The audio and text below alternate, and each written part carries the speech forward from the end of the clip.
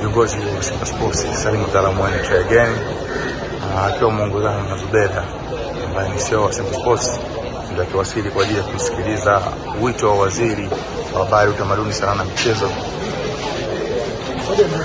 Wameongozana na viongozi mbalimbali. Salim Abdalla Mwene ameongozana na wajumbe wa Simba Sports, ndio almost wajumbe wote. Kwema. Salama. Salim, naona uko tayari kwa mkutano ulioitishwa na waziri.